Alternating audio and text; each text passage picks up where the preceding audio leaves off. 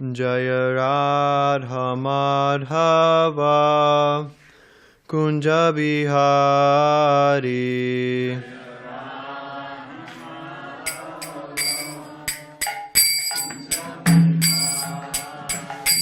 Jaya Radha Madhava Kunja Bihari.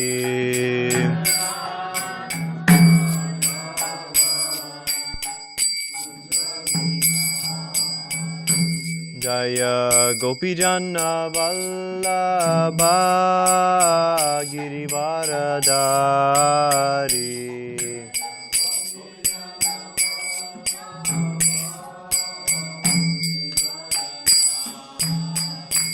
Jaya Gopijana Vallabha Girivaradari.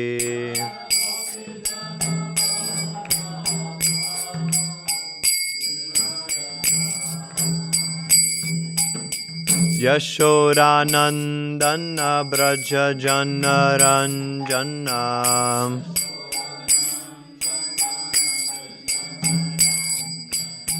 Yashodanandana Braja Jana Ranjana.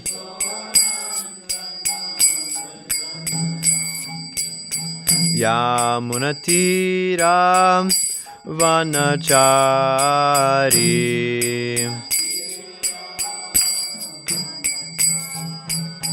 Yamunatira Vanachari.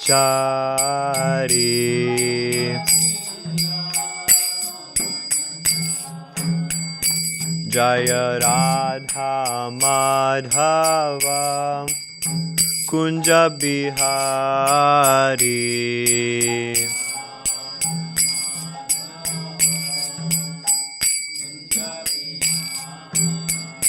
Jaya Radha Madhava Kunja Bihari.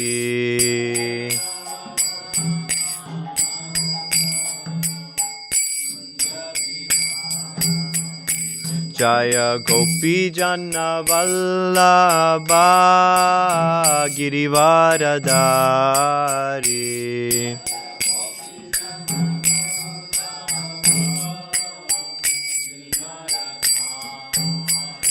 Jaya Gopijana Vallabha Girivaradari.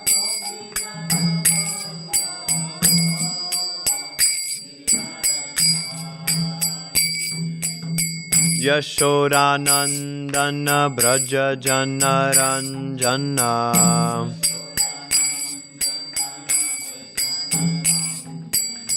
Yashodanandana Braja Jana Ranjana.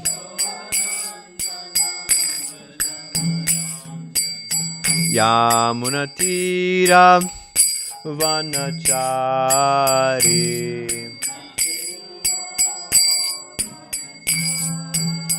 Yamunatira Vanachari.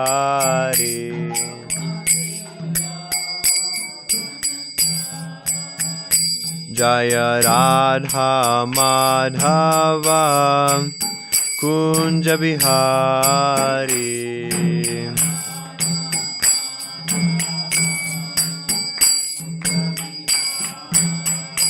Jaya Radha Madhava Kunja Bihari.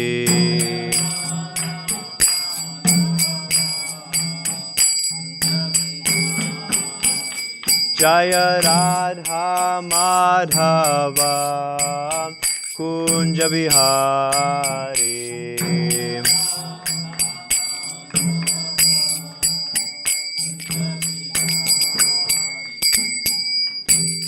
Jai Om Vishnupad Paramahamsa Parivrajacharya Ashtotara Shata Shri Srimad His Divine Grace Srila A.C. Bhaktivedanta Swami Prabhupada Ki Jai.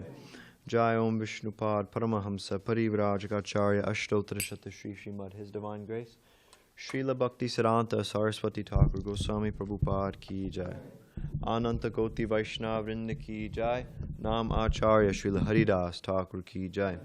Prem se kaho Shri Krishna Chaitanya Prabhu Nityananda Shri Advaita Gadadhara Srivasadi Gaura Bhakta Vrinda ki jai. Shri Shri Radha Krishna Gopa Gopinath Shyamakund Radha Kund Giri Govardhan ki jai. Grantaraj Srimad Bhagavatam ki jai. Samaveda Gaura Bhakta Vrinda ki jai. All glories to the assembled devotees. All glories to the assembled devotees. All glories to the assembled devotees. All glories to Sri Sri Guru and Gauranga. All glories to Srila Prabhupada. Om Namo Bhagavate Vasudevaya. Om Namo Bhagavate Vasudevaya. Om Namo Bhagavate Vasudevaya. So we are reading from Srimad Bhagavatam, 5th canto, chapter 8, text number 19. And I think I'll read a few texts because the purports are short and they're all generally about the same thing. So I guess we'll start with, 19. Shall I give it a shot? Nimlochiha Bhagavan Sakala Jagat Che Modayas Tvae Atma Dhyapi Mama Namriga Vadhu Nyasa Agachati. Sorry. Nimlochati sets. Ha, alas. Bhagavan, the Supreme Personality of Godhead, represented as the Sun. Sakala Jagat, of all the universe. Kshema Udaya, who increases the auspiciousness. Tri Atma, who consists of the three Vedas. Adya Api, until now. Mama, my. Na, not. Mrigavadu Nyasa, this baby deer entrusted to me by its mother. Agachati, has come back. Translation and purport by His Divine Grace A.C. Bhaktivedanta Swami Prabhupada. Alas, when the sun rises, all auspicious things begin. Unfortunately, they have not begun for me. The sun god is the Vedas personified, but I am bereft of all Vedic principles. That sun god is now setting, yet the poor animal who entrusted me since its mother died has not returned. Purport. In the Brahma Samhita 552, the sun is described as the eye of the Supreme Personality of Godhead. Yachchakshuresha savita sakala grahanam raja samasta suramurti rashesha tejaham yasyagyaya brahmati sambritakala chakro govindamadi purusham tamaham bhajami. As the sun rises, one should chant the Vedic mantra beginning with the Gayatri. The sun is the symbolic representation of the eyes of the Supreme Lord. Maharaj Bharat lamented that although the sun was going to set, due to the poor animal's absence, he could not find anything auspicious. Bharat Maharaj considered himself most unfortunate, for due to the animal's absence, there was nothing auspicious for him in the presence of the sun. Text 20, I'll just read the translation. That deer is exactly like a prince. When will it return? When will it again display its personal activities which are so pleasing? When will it again pacify a wounded heart like mine? I certainly must have no pious assets, otherwise the deer would have returned by now. Purport. Out of strong affection, the king accepted the small deer as if it were a prince. This is called moha. Due to his anxiety over the deer's absence, the king addressed the animal as though it were his son. Out of affection, anyone can be addressed as anything. Text 21. Alas, the small deer, while playing with me and seeing me feigning meditation with closed eyes, would circumambulate me due to anger arising from love, and it would fearfully touch me with the points of its soft horns, which felt like drops of water. Purport. Now King Bharat considers his meditation false. While engaged in meditation, he was actually thinking of his deer, and he would feel great pleasure when the animal pricked him with the points of its horns. Feigning meditation, the king would actually think of the animal, but this was a sign of his downfall. Text 22. When I placed all the sacrificial ingredients on the kusha grass, the deer, when playing, would touch the grass with its teeth and thus pollute it. When I chastised the deer by pushing it away, it would immediately become fearful and sit down motionless, exactly like the son of a saintly person. Thus it would stop its play. Purport, Bharat Maharaj was constantly thinking of the activities of the deer, forgetting that such meditation and diversion of attention was killing his progress in spiritual advancement.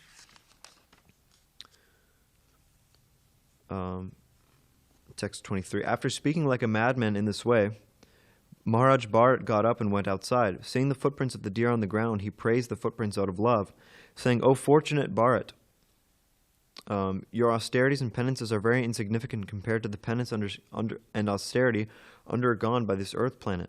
Due to the earth's severe penances, the footprints of this deer, which are small, beautiful, most auspicious and soft, are imprinted on the surface of this fortunate planet. This series of footprints show a person like me, who am bereaved due to the loss of this deer, how the animal has passed through the forest and how I can regain my lost wealth. By these footprints, this land has become a proper place for brahmanas who desire heavenly planets or liberation to execute sacrifices to the demigods." Purport. It is said that when a person becomes overly involved in loving affairs, he forgets himself as well as others, and he forgets how to act and how to speak. It is said that once when a man's son was blind since birth, the father, out of staunch affection for the child, named him Padmalochana, or lotus-eyed. This is the situation arising from blind love.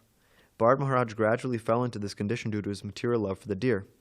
It is said in the Smriti Shastra, "Yasmin deshe mriga Krishnas, tasmin dharman ivodhata." That tract of land wherein the footprints of a black deer can be seen is to be understood as a suitable place to execute religious rituals. So I'll just read two more. Maharaj Bharat continued, this is text 24. Maharaj Bharat continued to speak like a madman. Seeing above his head the dark marks of the rising moon which resembled a deer, he said, "Can it be that the moon, who is so kind to an unhappy man, might also be kind upon my deer, knowing that it has strayed from home and has become motherless? The moon has given the deer shelter near itself just to protect it from the fearful attacks of a lion." And last one, text 25. After perceiving the moonshine, Maharaj Bharat continued speaking like a crazy person. He said, "The deer's son was so submissive and dear to me, that due to its separation, I am feeling separation from my own son. Due to the burning fever of this separation, I am suffering as if inflamed by a forest fire. My heart, which is like the lily of the land, is now burning. Seeing me so distressed, the moon is certainly splashing its shining nectar upon me, just as a friend throws water on another friend who has a high fever. In this way, the moon is bringing me happiness." Purport. According to Ayurvedic treatment, it is said that if one has a high fever, someone should splash him with water after gargling this water. In this way, the fever subsides. Although Bharat Maharaj was very grieved due to the separation of his so-called son, the deer, he thought that the moon was splashing gargled water on him from its mouth, and that this water would subdue his high fever, which was raging due to separation from the deer.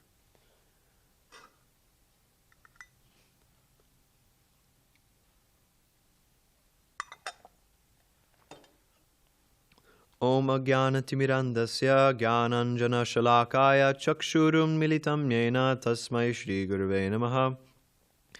Shri Chaitanya Manobhishtam Sthapitam Yena Bhutale Svayam Rupakadamayam Dadati Svapadantikam Vandeham Shri Guru Shri Yuta Padakamalam Shri Gurun Vaishnavangscha Shri Rupam Sagrajatam Sahagana Raghunathan Vitam Tam Sajivam Sadvaitam Savadutam Parijana Sahitam Krishna Chaitanya Devam Shri Radha Krishna Padan Sahagana Lalita Shri Vishakan Vitangscha. Hey Krishna Karuna Sindho Dinabandho Jagatpate Gopesha Gopika Kanta Radha Kanta Namostute Tapta Kanchana Gaurangi Radhe Vrindavaneshwari Vrishabhanu Sute Devi Pranamami Hari Priye Vancha Kalpatarubhyascha Kripa Sindhubhya Evacha Patitanam Pavanebhyo Vaishnavebhyo Namo Namaha. Jai Shri Krishna Chaitanya Prabhu Nityananda Shri Advaita Gadadhara Shri Vasadi Gaura Bhakta Vrinda. Hare Krishna Krishna Krishna Hare Hare Hare Rama Rama Rama Hare Hare. So Bharat Maharaj is really losing it over this deer. He's speaking like a crazy person, like a madman, due to affection for the deer, due to the deer's leaving, due to his not being able to see the deer anymore. So one definition of a madman is somebody who is who's completely aloof from public opinion, who's completely aloof from, how he looks externally, and is just completely absorbed in his own thoughts and his own fantasies. We see, anyway, Pacific Beach, there's so many people like that. It's unfortunate. It's really, really tragic. But, practically, there's so many people like that if you just walk outside. But, they can see, they may be talking to themselves or talking to somebody else who's not there. Or, you can just kind of see, they're just kind of sitting there and they, that you can tell they're just absorbed, they're in their own head. So this is one definition of a madman, what one might call a madman. And practically, the principle behind it being completely absorbed in something which is not real. Practically, that's the situation of those who are engrossed in material sense gratification.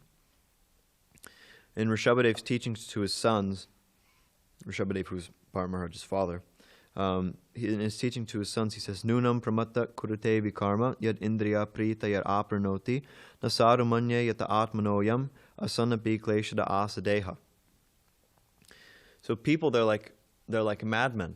They're crazy. They forget that this body was achieved due to their previous activities. And they forget that due to their activities in this life, they'll have to take another body. And so they do so many different things which just cause them to take birth again and again and again and again, because they're just completely engrossed in this illusion that this one life is all there is, and that they can do whatever they want, and that nobody's watching.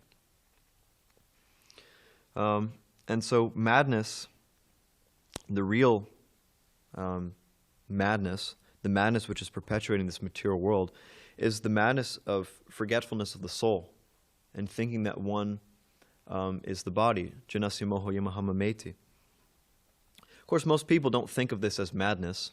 Most people outside of this room don't think that this is madness, because that's what everybody's doing. Everybody's thinking, I am this body.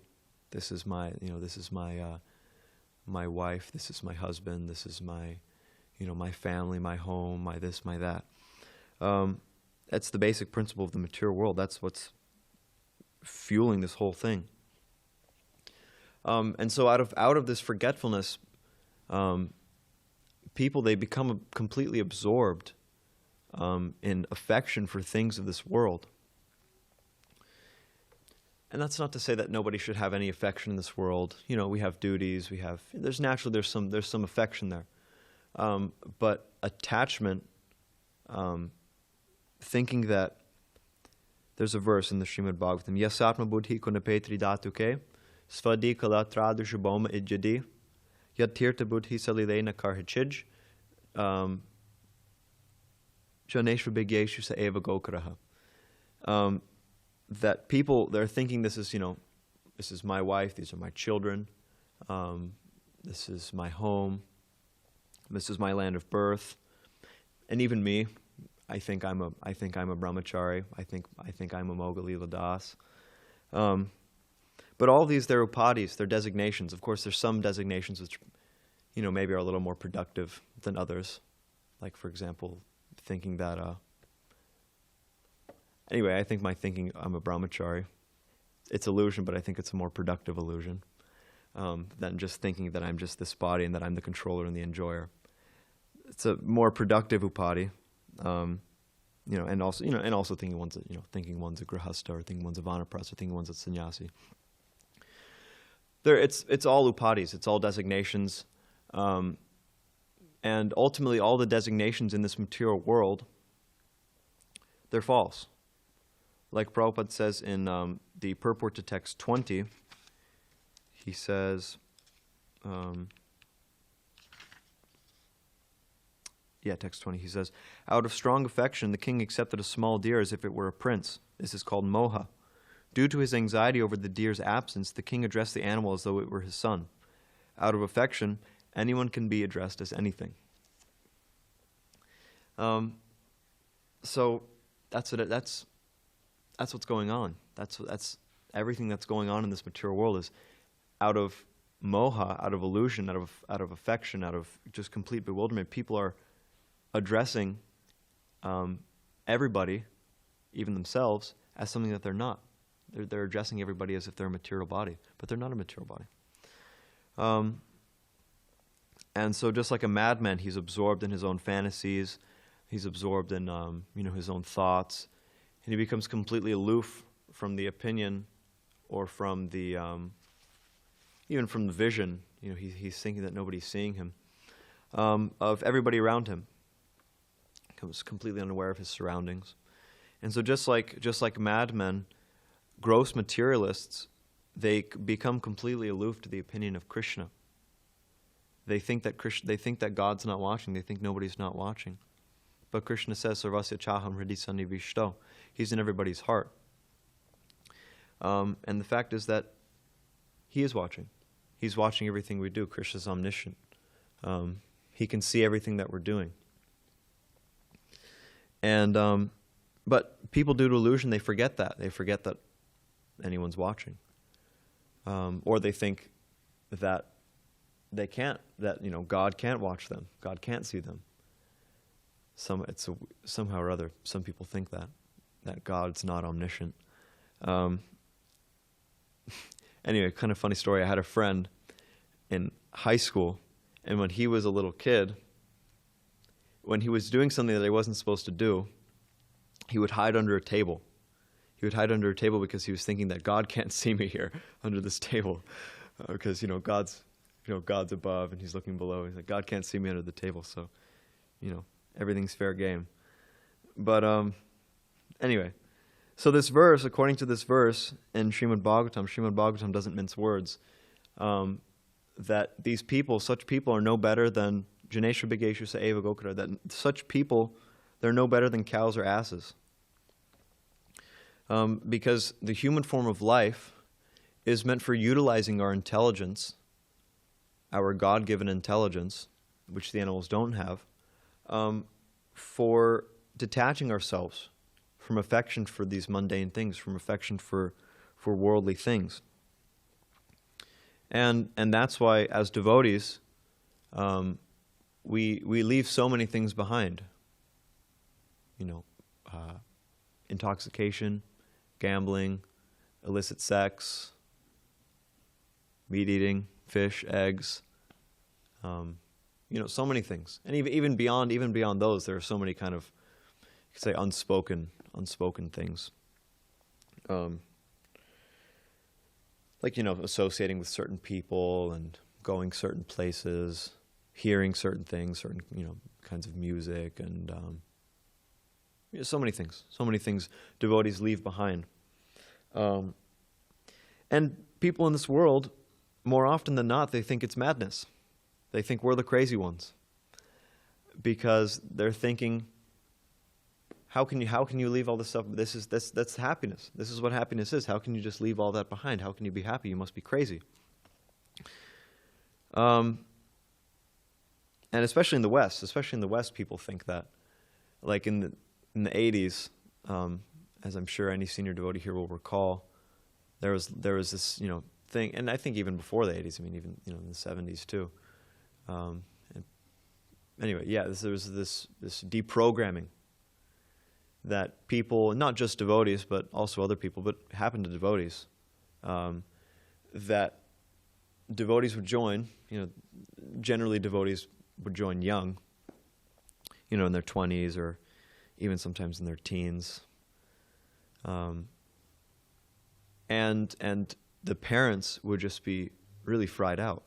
They would think, how could this possibly happen? It must be some kind of, they must be going crazy. There must be something crazy going on. And so they would hire these deprogrammers, these so-called experts, to practically just kidnap, young people. It actually even happened here. It even happened in this temple back in the day. That one devotee, van pulled up. They, threw him in the van, And so many horrible things these deprogrammers did to, devotees and also to other people. Not just devotees. I mean, showing them pornography and, telling them that, just like so many disgusting things happen. And we were the crazy ones because we left all these things. We left material enjoyment, and we understood that there wasn't happiness there. And when Prabhupada heard that in court devotees were being charged with brainwashing, Prabhupada he said, yeah, your brain's full of stool, you got to wash it. So he actually appreciated the publicity. It's kind of an aside, but he actually appreciated the publicity that national court case provided. There was one where the Srimad Bhagavatam, the entirety of the Srimad Bhagavatam was the evidence that they presented. He said, our argument is the entirety of the Srimad Bhagavatam. I'm not sure if the jurors actually, every single one of them, read the entire Srimad Bhagavatam, but at least that was his desire.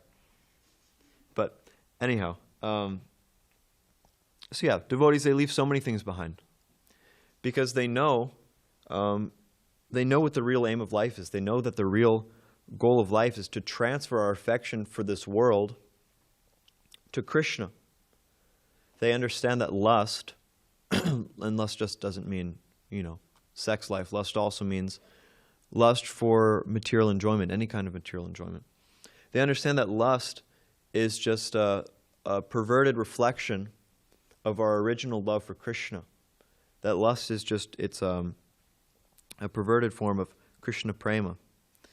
And so in this pastime, we're seeing what happens when this principle is practically being demonstrated. I mean, Bharata Maharaj was on the Baba platform. I mean, he was approaching Krishna prema. And so, but we see that his affection for Krishna, his affection for God, is now being transferred to this fawn, to this deer. And he's actually speaking in very poetic words.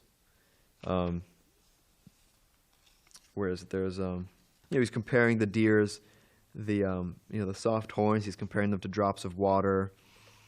And, he's making this analogy here of, he's talking about the moon, and he's talking about, how the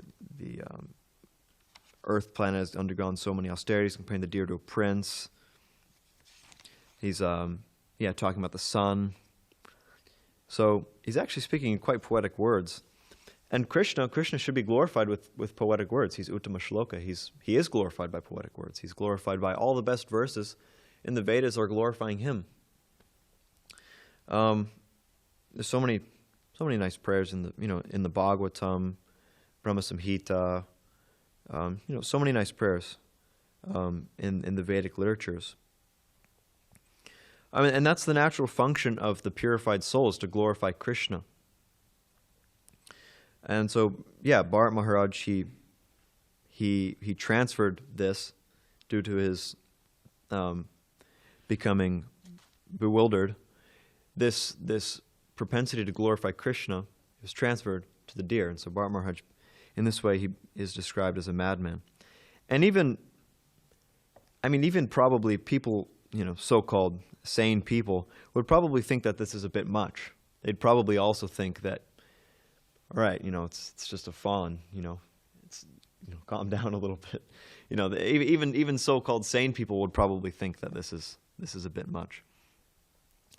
Because, for a human to express so much devotion to a fawn, it's a little bit silly. But, even today people have so much affection for dogs. It was brought up multiple times in the series of classes on this chapter that, people have so much affection for dogs. And they even, they think it's really like selfless love. I like to pet my dog, I like to feed him, and so much menial service for dogs. The dog passes stool on the sidewalk, and they go and they're picking it up. It's like, yeah, Kali Yuga. So people think it's it's like some selfless thing. It's almost like a spiritual thing. To love your dog, but it's not. It's not a spiritual thing. It's debatable even whether it's even a selfless thing. But yeah, it's not pure, it's not spiritual, because real love means to love Krishna. Real love means to love Krishna, and the love in this world is just a dull reflection of that love. And actually that love is what everybody's looking for. They're looking for eternal relationships, because we're all spirit souls. We're all naturally, we're eternal beings. And so we want eternal happiness. That's what we're looking for. But because our intelligence is impure, because we're contaminated by, lifetimes and lifetimes and lifetimes of material conditioning, we're thinking that we can find this eternal happiness in the things of this world. But we can't. We can't find it. And so that's why people they're suffering so much. They have to take birth again and again and again and again, because they're looking for this eternal happiness, but they're never going to find it. And so devotees know what's what. They know that Maya is suffering and that Krishna is pleasure. Of course, we're not serving Krishna just for our own pleasure. We're serving Krishna for Krishna's pleasure. But, that's there. And so that's why we study Srimad Bhagavatam. We study Srimad Bhagavatam so we can purify our intelligence, so we can have proper realization in this regard.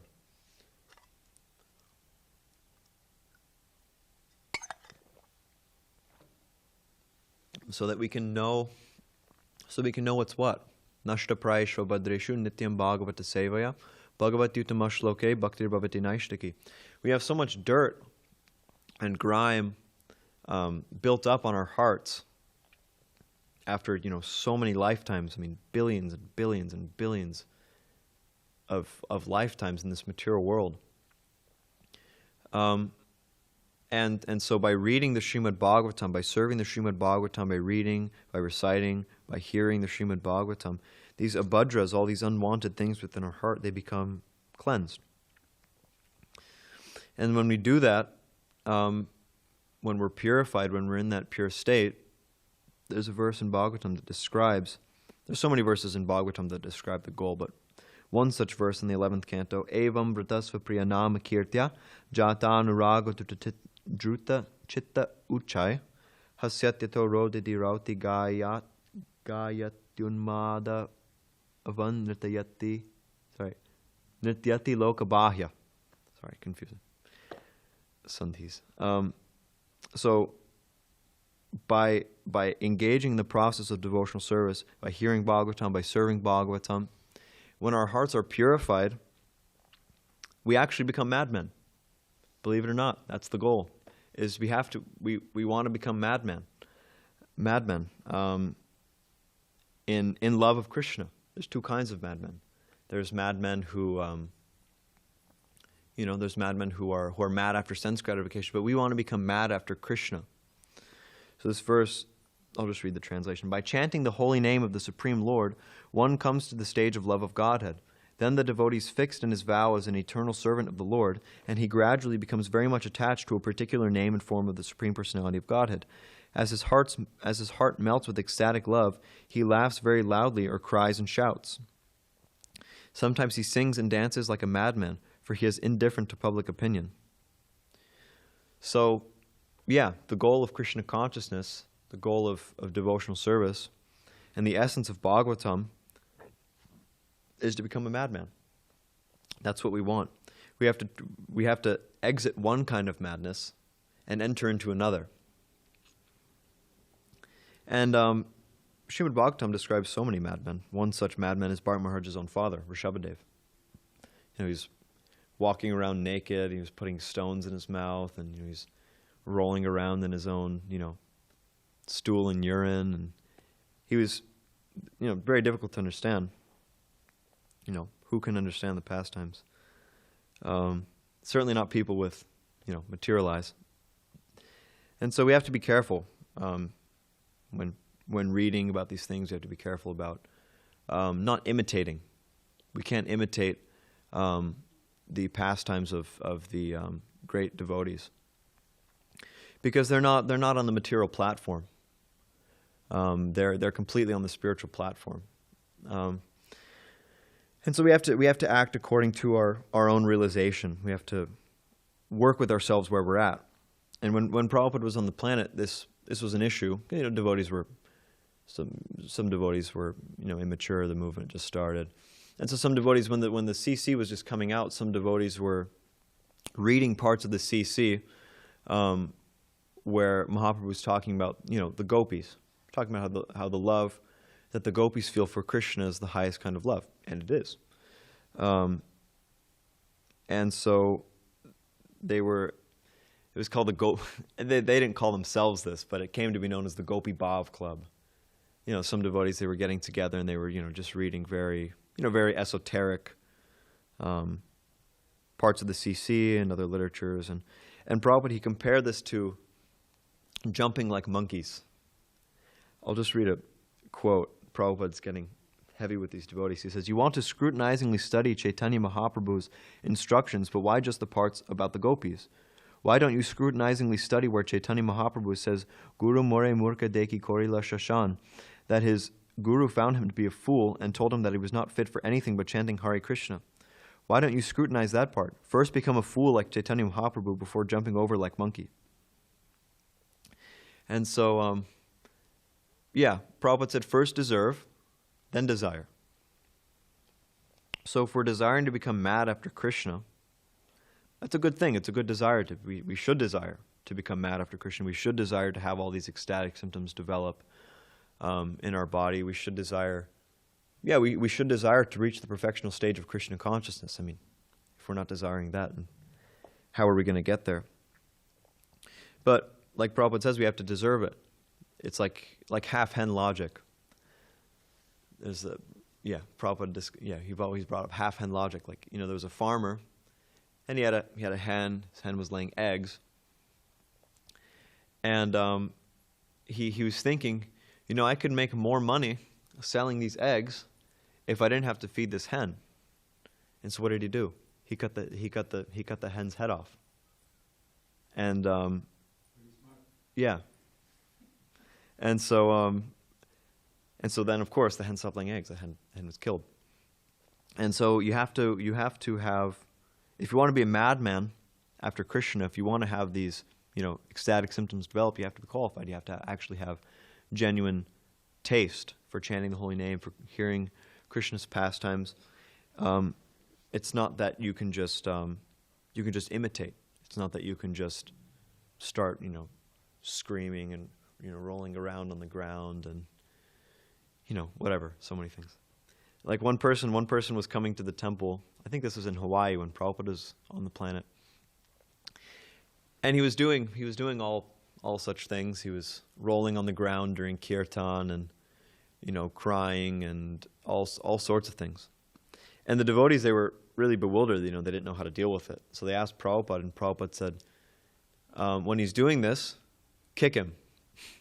Kick him, and if he reacts, then tell him to leave, because he's bogus. But, if he doesn't react, then, offer obeisances and ask for forgiveness. But I don't think, devotees didn't actually do that. The devotees didn't actually kick him. But anyway, so the point is that we have to have some genuine taste. We have to actually be absorbed. It's not that somebody can kick us and then we'll just, snap out of it.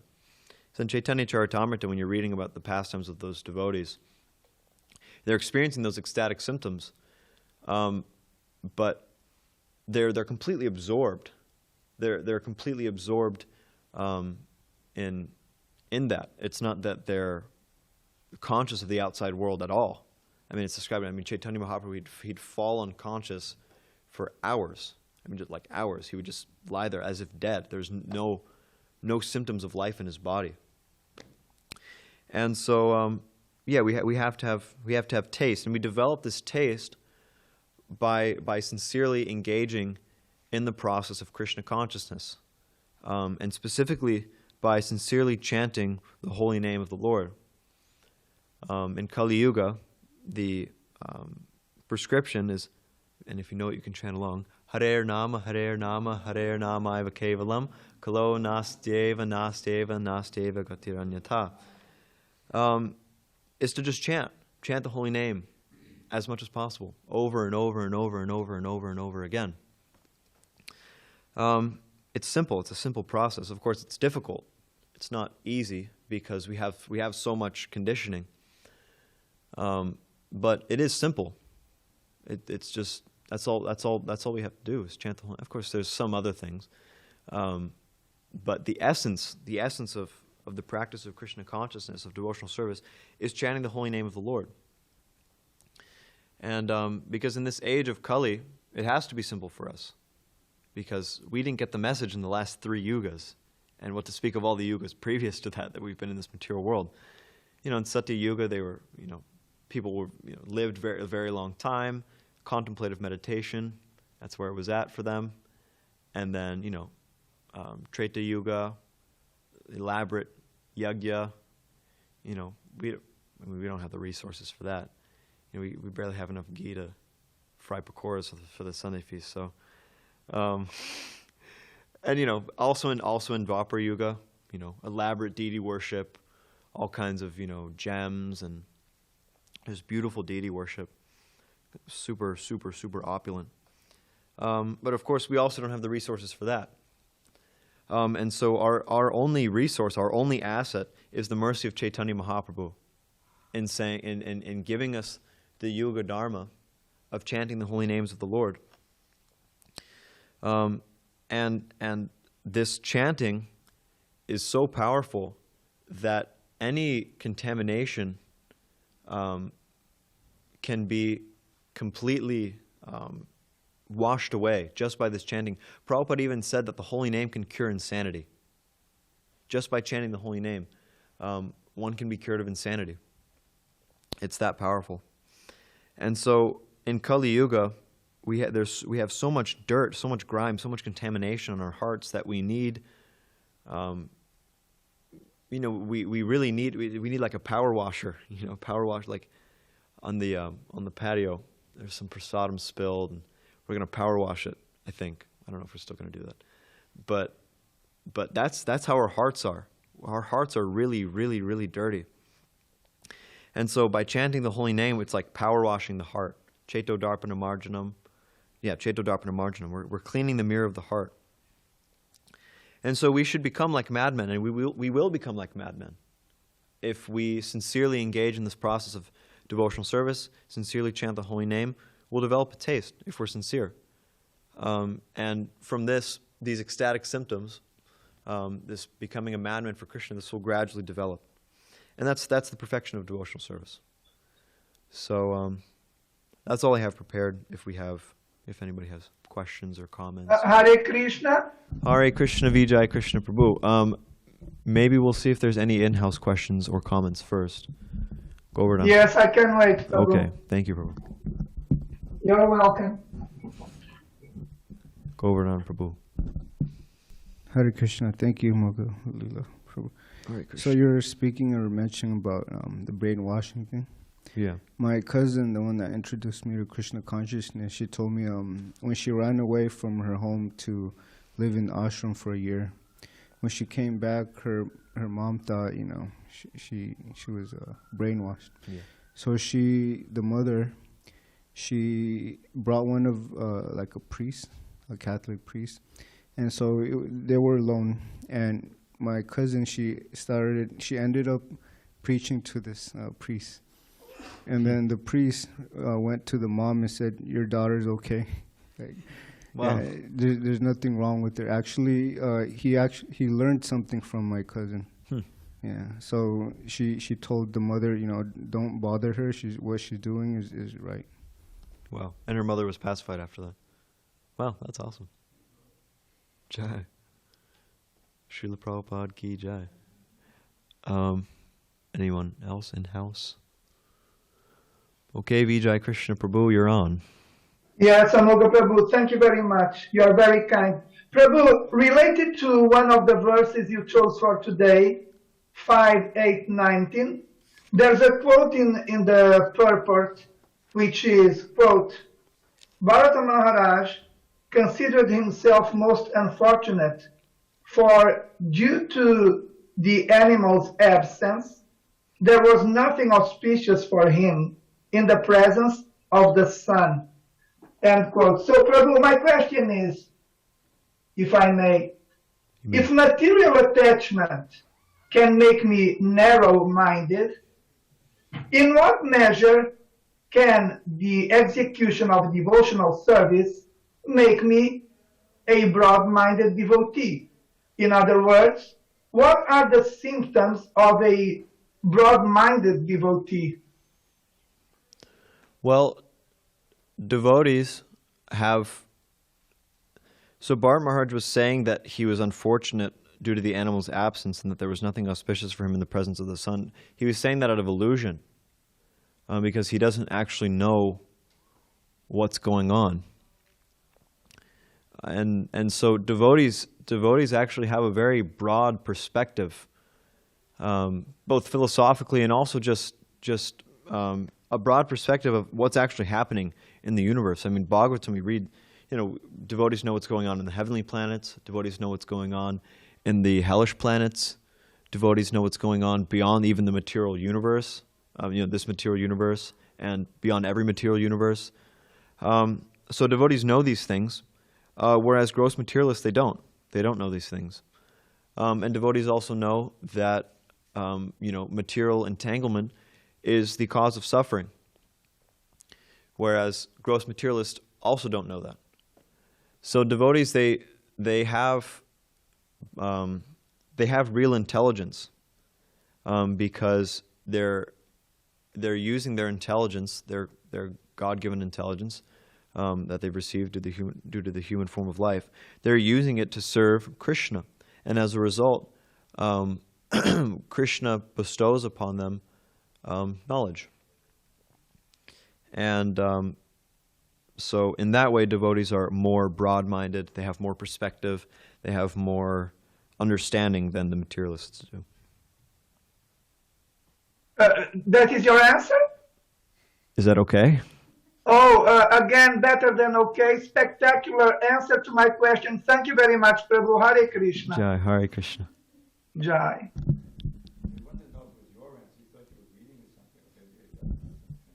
Oh, no transmission.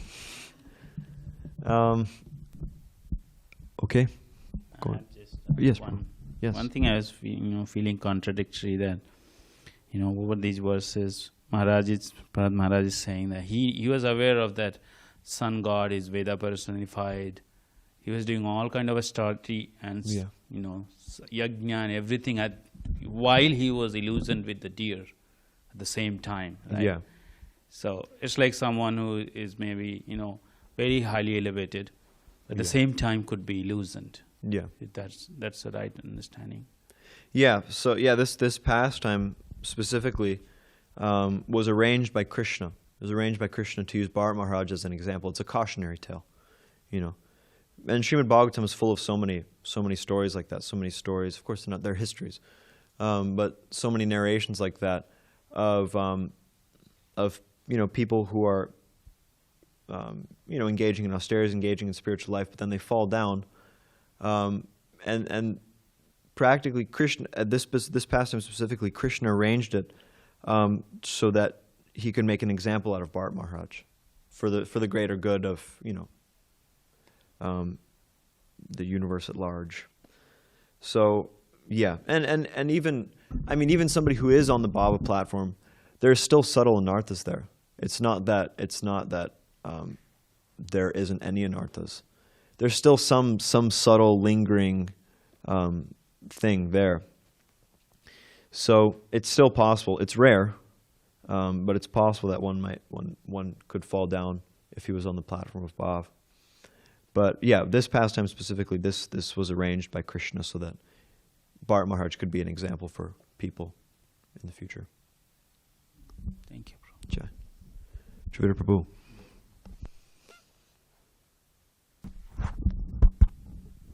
Just reviewing some of these verses where he, in a play, sometimes someone has a soliloquy, which kind of really concentrates the motion and it makes a point of the artist. So this is like Bharat has this soliloquy of attachment to the deer. So I was just reading text number 20. The deer is exactly like a prince. When will it return? When will it again display its personal activities, which are so pleasing? When will it again pacify a wounded heart like mine? I certainly must have no pious assets. Otherwise, the deer would have returned by now.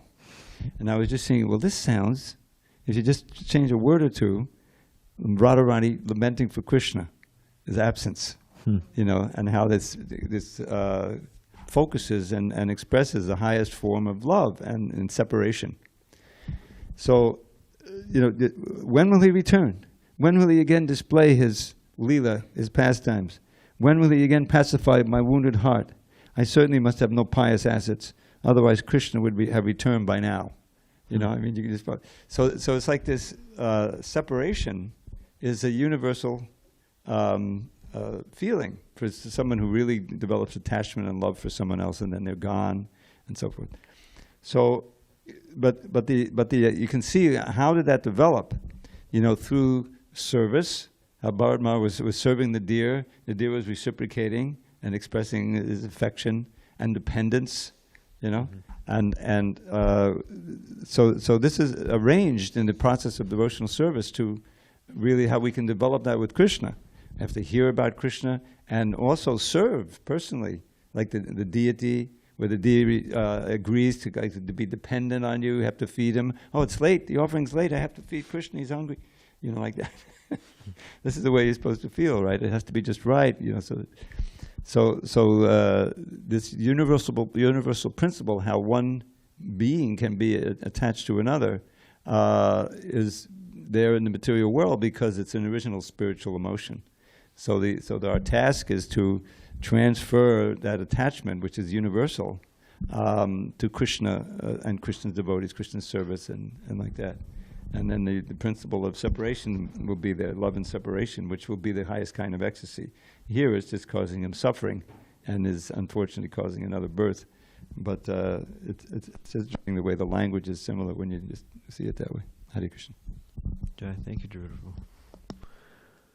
Okay, anything else? Yes. You just use that microphone.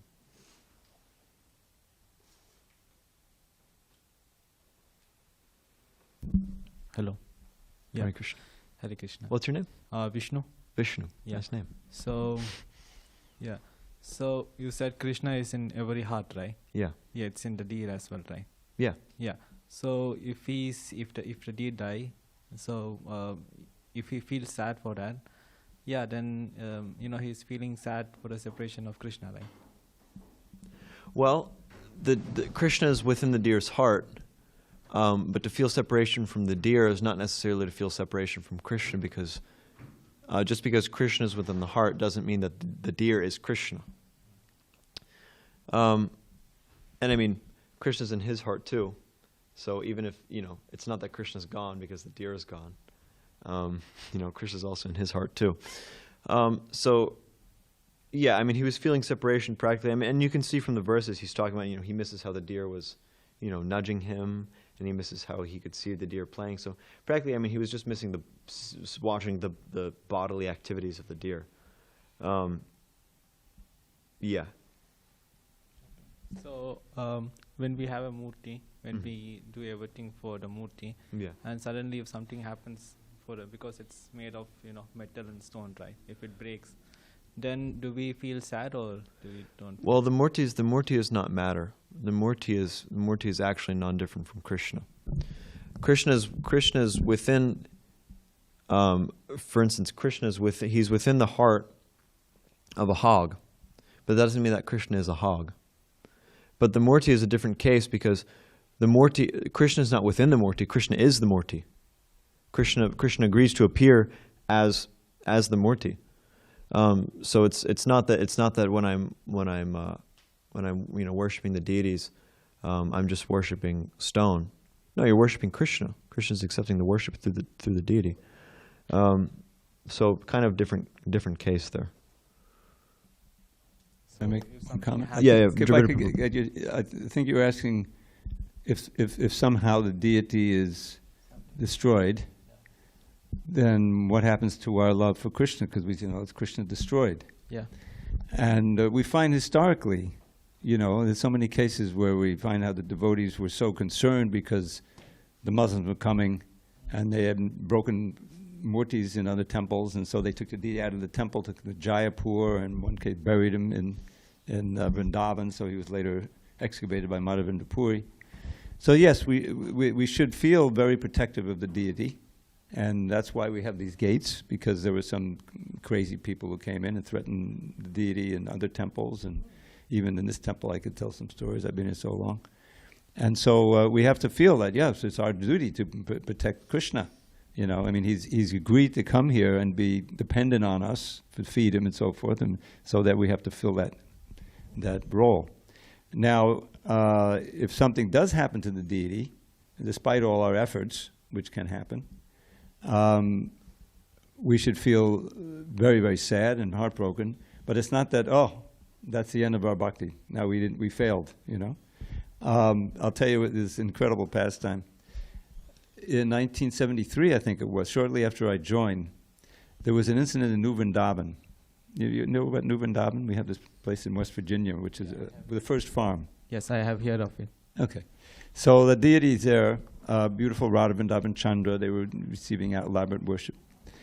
And an incident happened where suddenly a motorcycle gang, you know, drove up onto the land there. And the devotees who were in the temple, I think the morning program had just ended, or the kirtan had just ended. They were chanting, the morning, it was the middle of the class. That's what it was. It was the middle of the Bhagavatam class.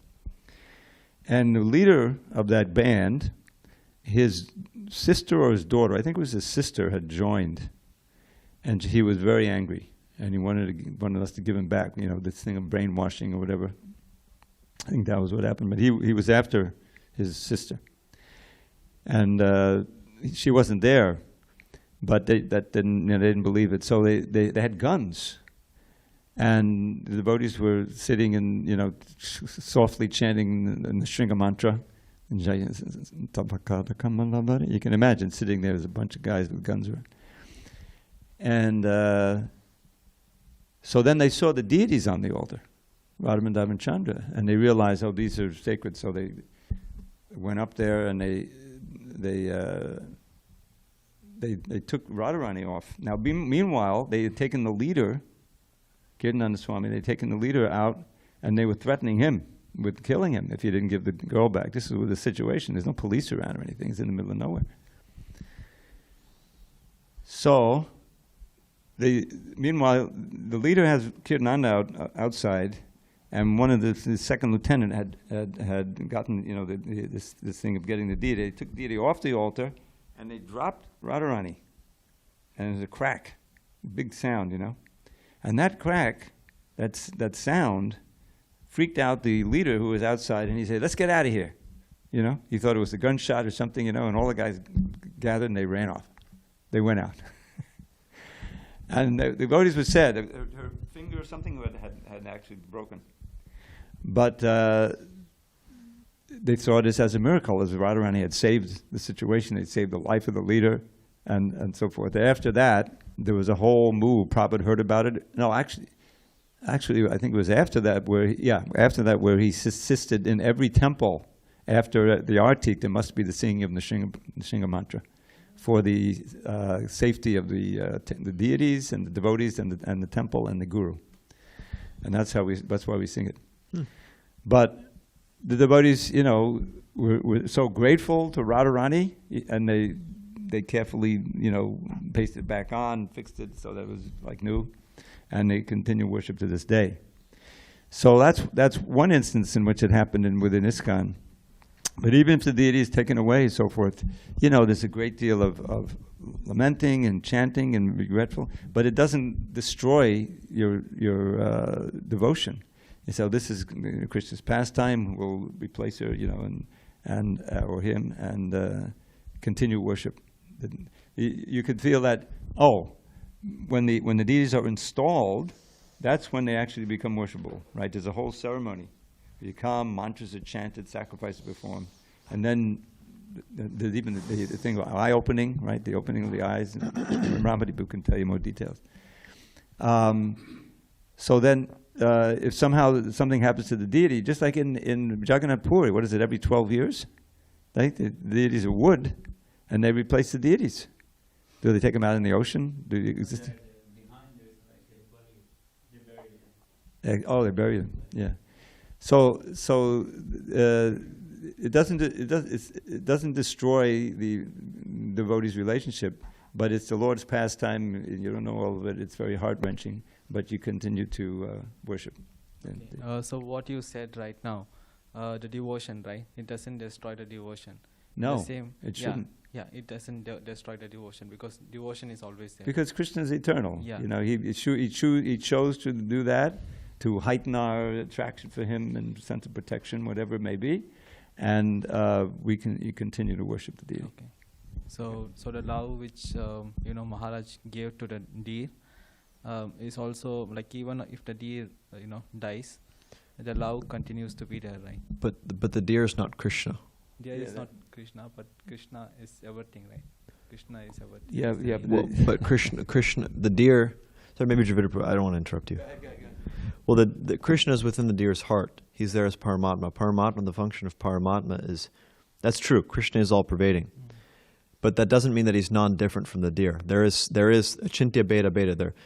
They're qualitatively one. The living entity is qualitatively one, meaning it's the same kind of. They're both spiritual by nature, but quantitatively, Krishna has unlimited glory. Krishna has unlimited, all these unlimited qualities, and we have very limited. We have very limited independence. We have limited all these different things. And so, the deer is not Krishna. The deer is a spirit soul in the body of a deer.